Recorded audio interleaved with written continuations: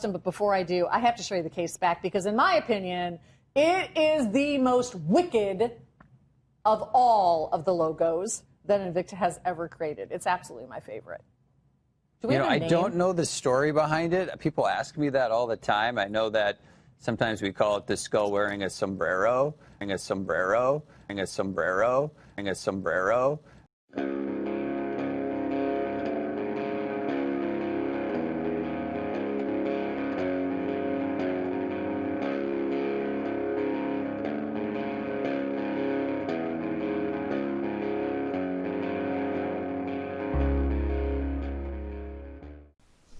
What up, YouTube? It's your boy Vic NYC82. Want to start this video by wishing everybody a happy new year. Hope you all had a safe celebration last night, however you decided to bring it in. And let's all hope that 2021 will be a better year for all of us. Gonna do a little bit of a different video. Well, not really a different video because I've already done one of these, but I want to do another opinion video. And before I get started, I just want to show you that I'm not biased. I am wearing an Invicta Pro Diver. We're going to be talking about Invicta, a watch brand that people love to hate. And is that hate deserved, or is it warranted, or is it just misplaced, or you know, we'll see. We're going to have a discussion about that. Let's get into the video. So Invicta, and you know, I just want to say I am not an Invicta hater. I stressed out on some previous videos. I own some Invicta watches. I have 3 to be exact. The one that I'm wearing, this is my Pro Diver Automatic. I think it's a 40 millimeter, which, you know, that's fine for me. I'm not really into the huge watches. Usually my cutoff is about 46. You know, that's usually about as big as I go. I have this one. This is actually a recent pickup. This is a Grand Diver GMT. It is a quartz. First of all, I love the color red, so anytime I could get a watch with a red dial, I usually zero in on that. And then I saw it was a GMT. If you've been following the channel, even from when I had my videos on my other channel, you know that I'm a sucker for GMT. I just love that complication. It's so useful. I'm a person that when the world's not in a pandemic, I do like to travel. So, you know, the GMT complication is just one that I get a lot of use out of. This is not a bad watch. I don't remember exactly the size on this. I want to say it was about 48. It's a 48 millimeter case, if I remember correctly. Also, this is, if obviously you guys figured that out, that this is a aftermarket leather strap on them. I forget the name of the company, but you get them on Amazon. And what I like, you know, this little detail with the skull, I absolutely like that. It's so cool. So and they come in various sizes, and the leather is actually pretty good. Feels good. It's good quality leather. You can tell these are handmade. And I will link them in the description to the video because I do like their straps. But yeah, that's my Grand Diver. It's a fairly recent pickup. I've worn them a few times. You know, like I said, anybody that's in the watch world and you have a lot of watches, then you know the struggle of finding that balance between wearing all your watches. Then I have this one. This is also a Pro Diver. This is a chronograph. This was my father's watch. My father was never really a watch guy. This was given to him when he retired, and he passed it on to me because his logic was that he's retired and he no longer needed to keep track of time. So I can't get mad at him for that. Also, it, you know, came in a metal bracelet, which was actually huge. It was humongous, and after removing all the links that I was able to remove, it was still huge, and I just couldn't wear it. So for the longest, it just sat in my watch box until I picked up this leather band for it, and I've worn it a few times. And honestly, I think it looks good in this band. It really does. This band looks way better than the bracelet that it came on. So and then I have my Pro Diver. I just wore this to work the other day. It's not a bad watch. It keeps accurate time. These all keep accurate time, to be exact. I don't hate them. Now, when it comes to Invicta, my theory on Invicta is, or my philosophy on Invicta is, keep it simple. If if you don't like those radical designs that they have, and man, they have some radical stuff out there, huge, just ridiculous looking, but there's a market for those. Obviously, they make them for a reason. People buy that stuff. I don't like it, but I think Invicta has something for everyone. You may not like those big Joker watches, but you know they got something like this, and this is under $100. I paid, I think, $70 for this, brand new, and I probably overpaid. I did get it on Shop HQ. I just like gold tone watches, and I don't have too many. I think this is only my second one actually. So, yeah, it's, you know, when it comes to Invicta, you have to know what you're getting. You have to know what you're getting, and you know, do your research first. See what the watch is made of. Look at the movements in there. We're gonna get into a little bit of the details about the Invicta watch company themselves, though. Invicta was founded in Switzerland in 1837. Now, I tried to do some research, and I really couldn't find anything. Maybe it's because I'm an amateur at this. In 1991, all I could find is that they were acquired by an American company. I couldn't find what company this was, you know, anywhere. But that's when they became the Invicta Watch Group, and they're headquartered in Hollywood, Florida. Also, I think it was in 2017 they acquired the Glycine Watch Company. So Glycine is actually owned by Invicta now, and I did cover that in my Glycine video. And you know, I'm in a Glycine watch followers group, a collectors group, and there were a lot of people that were upset about that because they feared that Glycine watches would kind of the quality would start to go down. I haven't seen it.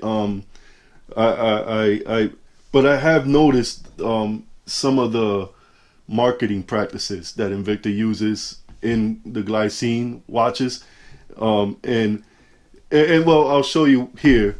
And you see what I mean? Like these ridiculous price tags on these watches, but they have them crossed out, and then they have that much lower price in the bottom. These watches, especially the Invicta ones, they're not worth that kind of money. They're not, man. Let's be real here. And that's one of the things that people really hate about Invicta is the shady marketing that they do. They make you feel like you're getting a great deal, and I mean, you're really not. These watches were never meant to be sold for $800, $700. I've seen some $1,000. They were never meant to be sold at that price. It's psychological. You see that in the mall, and you be like, "Oh man, that's on sale. I better get on that before it goes back to regular price." And that's what they do. So, and to those who aren't hip to it, you know, they get you. That's how they reel you in. So yeah, their pricing strategy is is shady, not a little. It is shady. And if you're not into watches, you're kind of clueless about watches, you know, they'll get you. Also, they have partnerships with Jason Taylor and Shaquille O'Neal, and some of those designs are just out there. The watches are huge, and that's one of my things about Invicta, like the Hydromax series. Those things are ridiculous, man. It looks like you're wearing a can of Chicken of the Sea on your wrist. But also there's quality control issues. I'm in an Invicta watch group, and people post on that stuff all the time, man. And you know, one guy, I'll show you here, one guy just bought a watch, and within a couple days his crown came off. I mean, that's bad, man. Like, you spend $100+ on a watch and your crown comes out after a couple days, man. That's gotta piss you off. I know that'll piss me off, and that's, you know, that's unacceptable. And these are little things here. Also, something that they did, watches that people actually want, like the Invicta 1953. I want that watch. I love the look of that watch. You can't find it nowhere. Why would they do that? People really want that watch, and then you limit the quantity of it. That makes absolutely no sense. Yeah, you could go secondhand market and try, or the resale market, but then the markup on these things are ridiculous. I am not paying $400 for an Invicta 1953. I refuse to do that. I don't care how badly I want it. I will not do that. $400, $500, there's way better options out there than that. So yeah, there's that. You know, it's their strategy is it just absolutely makes no sense sometimes. You know, most of their watches are quartz watches. They use Ronda quartz movements. Their automatics tend to be NH35s, NH35As, basically the same movement, which are made by Seiko. And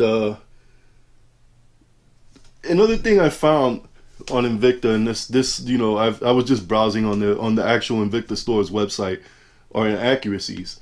So I found here, this is I'll put it up on the screen. This is an Invicta Hercules, blah blah blah, whatever, and it's a huge, ridiculous looking watch. But the first of all, the price on that thing is insane. Who's paying that? The cross style price is insane. That watch was never meant to be sold at that price. But then look at the inaccuracy in the description here. It says that this is a quartz NH35 movement watch. How's that possible?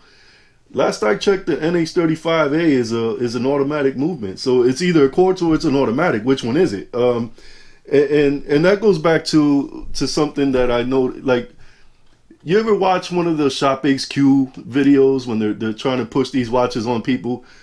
A lot of times you see the people selling these watches and they have no idea what you can tell they're just like, they just gave them this stuff and say, here, sell this. These people have no idea what they're talking about. Like the video, the little clip that I put on the intro here, sombrero, like, come on, bro. All right, maybe because I'm a little knowledgeable, that's not a sombrero.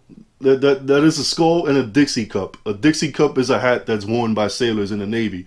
And the reason I know is because I have a tattoo of such or similar because I was in the Navy. So, you know, and that cracked me up when I heard that. I was like, did he just say it looks like a sombrero? Like, wait, what?